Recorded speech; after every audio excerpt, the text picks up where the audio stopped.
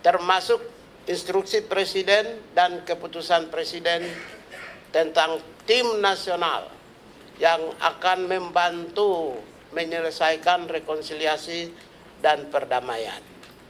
Ya.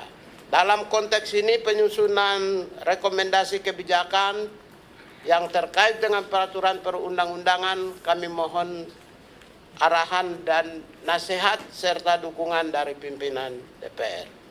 Yang kedua adalah kami juga ditargetkan untuk nyusun profil pembangunan hak asasi manusia. Yang ketiga, saya sudah menyampaikan tentang strategi nasional bisnis dan HAM. Bapak pimpinan dan anggota yang terhormat, saya ingin menyampaikan bahwa Stranas Bisnis dan Hak Asasi Manusia kami merupakan amanat dari Perserikatan Bangsa-Bangsa. Kemudian di Indonesia juga kami telah menghasilkan dan sedang menyusun peraturan menteri yang baru, dan bulan September kami akan menghasilkan keputusan atau peraturan presiden.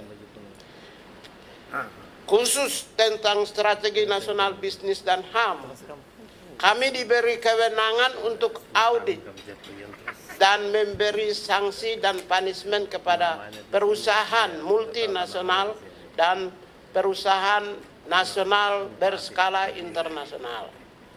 Oleh karena itulah mohon dimaklumi kalau ada perusahaan-perusahaan yang berkonflik di sebuah wilayah, kami tidak akan bersuara kencang. Kenapa?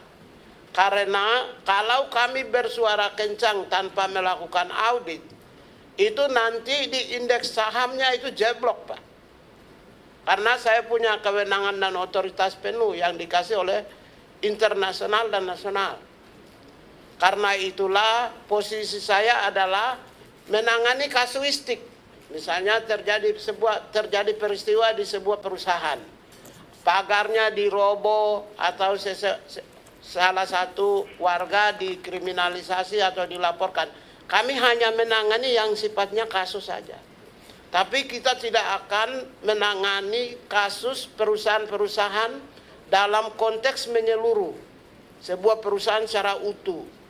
Karena kalau kami lakukan menangani kasus atau mengevaluasi sebuah perusahaan secara utuh, itu nanti bisa membahayakan bagi perusahaan dan merugikan bagi perusahaan.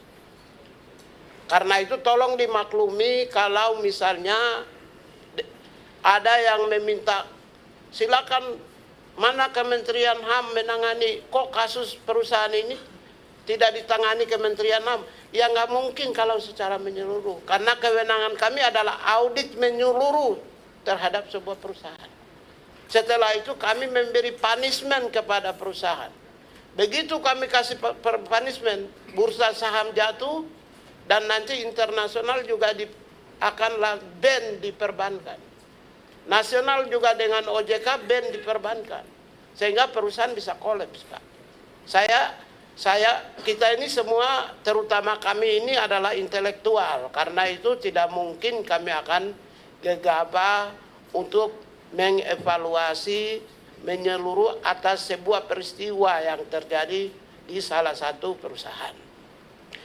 Evaluasi terhadap sebuah perusahaan adalah merupakan rangkaian evaluasi dalam konteks pembangunan hak asasi manusia, yaitu pembangunan relasi antara HAM dan bisnis. Jadi kegiatan adalah kegiatan yang sifatnya rutin. Ya. Ini posisi ini perlu saya sampaikan kepada DPR supaya andaikan ada kasus yang melibatkan sebuah perusahaan, khusus kasus, maka hanya kasus itu saja yang kita akan pantau, lihat.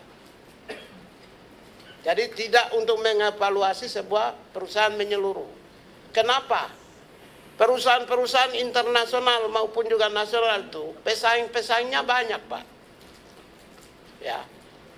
Hasil dari penilaian-penilaian kami itu ada satu perusahaan yang sudah menjadi nomor 1 di bursa saham London, Pak.